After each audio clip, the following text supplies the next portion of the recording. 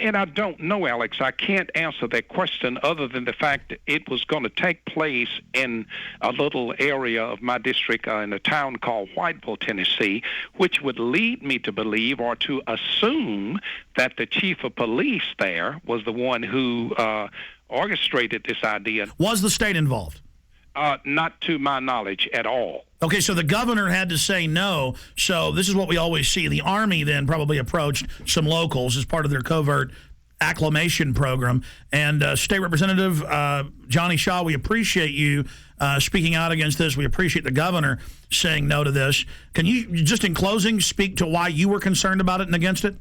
Well, again, I was concerned because I think in this economic climate, or in this climate that we are in, well, can you imagine your wife, your daughter, my wife or daughter, even son driving up to a checkpoint with Homeland Security, the military police, the state police, if they were involved, and then, of course, all of your local authorities? It's going to make someone think something bad has happened in the community, and I just don't think this is a good idea. I think it would have been a scare tactic that would have been hard for some of our citizens to get over, or maybe some of our senior citizens, and I'm totally against this kind of a tactic, and I'm going to do my best as a state representative to see that this does not happen again in my district and hopefully nowhere in the state of Tennessee.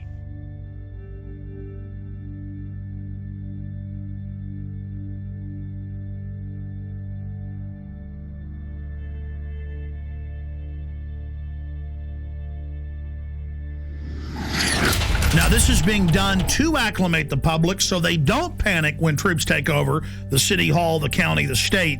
This is high treason. And Obama has taken all these new powers that Bush claimed and has expanded them day one.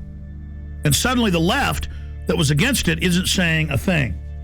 So that's part of the preparation. Guardsmen to conduct urban training at Arcadia in April. This is going on scaled back now. It says in this article, going door to door asking if they can search homes looking for weapons. And they practice raiding the local gun shop. And this is for domestic operations.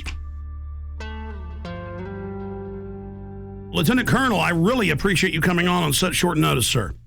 My pleasure. Thanks for the invitation. You bet. I saw this article out of the Daily Times Herald in Carroll, Iowa. Have you seen that? I sure have.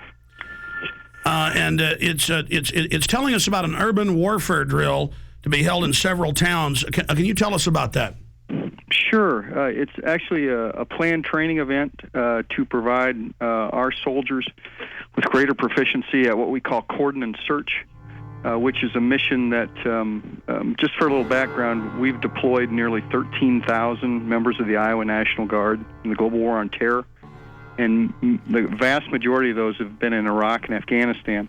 And one of the missions that they perform in Iraq and Afghanistan on multiple occasions is cordon and search, where basically you are trying to get to an area, cordon it off to make sure everything's safe, and then actually search for caches of weapons or other kinds of contraband which could harm American forces and other like Fallujah, what we saw in Correct. Fallujah. Mm-hmm. Correct.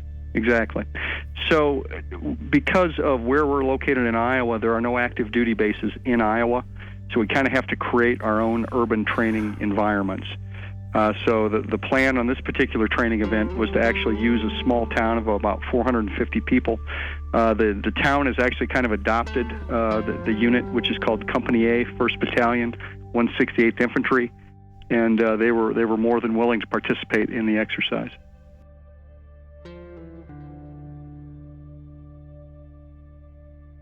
Going through this article, I mean, explaining exactly what they're going to do door to door with the houses, what the checkpoints are going to be simulating. Sure. When you're talking about cordon and search operations, you've got several different rings of security that you've got to provide in a particular area.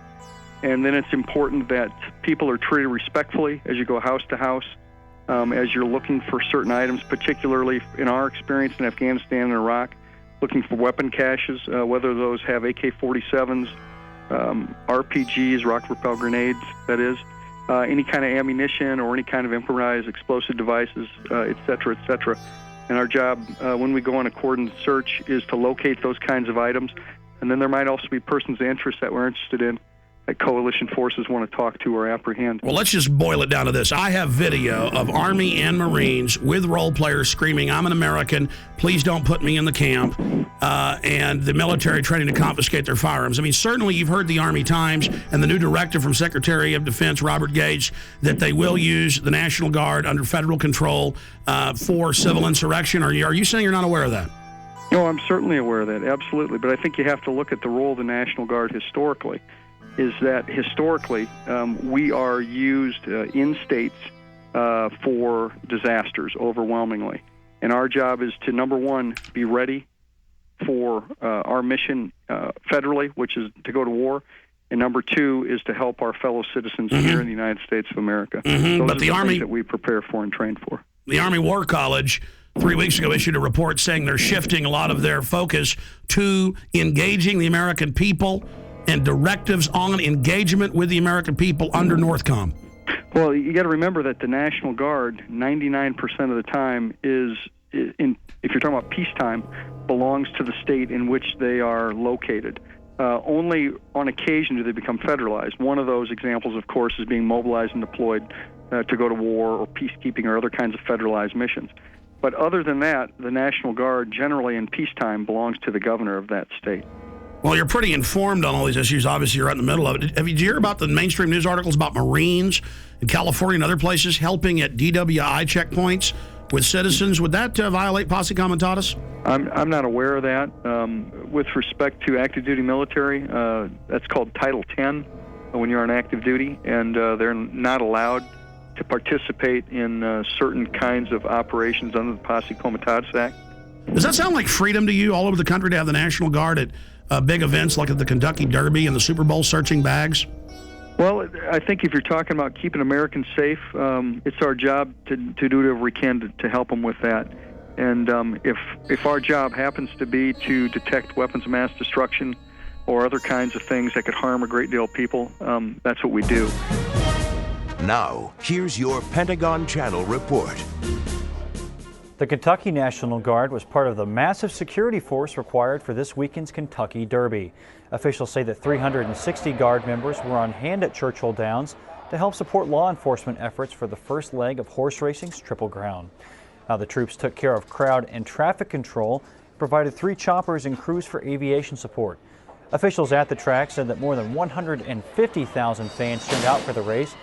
Police only had to make 44 arrests. International media, government staffers, and protesters. Thousands of them, all waiting for the G20 summit to begin. World leaders arriving in Pittsburgh for the G20 summit are finding a city on lockdown and already hit by violence. By order of the City of Pittsburgh Chief Police, I hereby declare this to be an unlawful assembly. I order all those assembled to immediately disperse. The G20 basically represent the largest nations which participate in the Western banking cartel, which I feel is behind a lot of the pain, anguish, and misery that exists in our world today. They would like to come up with one central bank for the world to replace the dollar standard, and also have international regulation, a massive expansion of the WTO regulations into the financial markets. You must leave the immediate vicinity. If you remain in this immediate vicinity, you will be in violation of the Pennsylvania Crimes Code, no matter what your purpose is. It's hard that it's setting up as like a us versus them when we're all in the same class. We're in it together, and they're protecting the interests of the world's billionaires. Anytime I've been on a march or anytime I've been arrested, it has been peaceful on our side. It's the state are the ones that cause the violence. You must leave. If you do not disperse, you may be arrested and or subject to other police action. Other police action may include actual physical removal, the use of riot control agents and or less lethal munitions. Ladies and gentlemen, this is breaking news. Do you know why my crew is not live with us right now, why they were out of contact? They are under sustained LRAD sound cannon attack. They rolled these out at tea parties in California and other places. First time I saw them was 2004 in New York. They have the National Guard engaging American citizens right now with deadly acoustic weapons that damage the middle ear.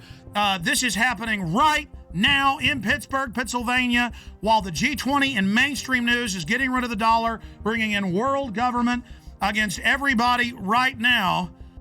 Listen, this is such a police state there that they tried to talk to the military and talk to a spokesman last night. Defense Link put a press release out, and they said,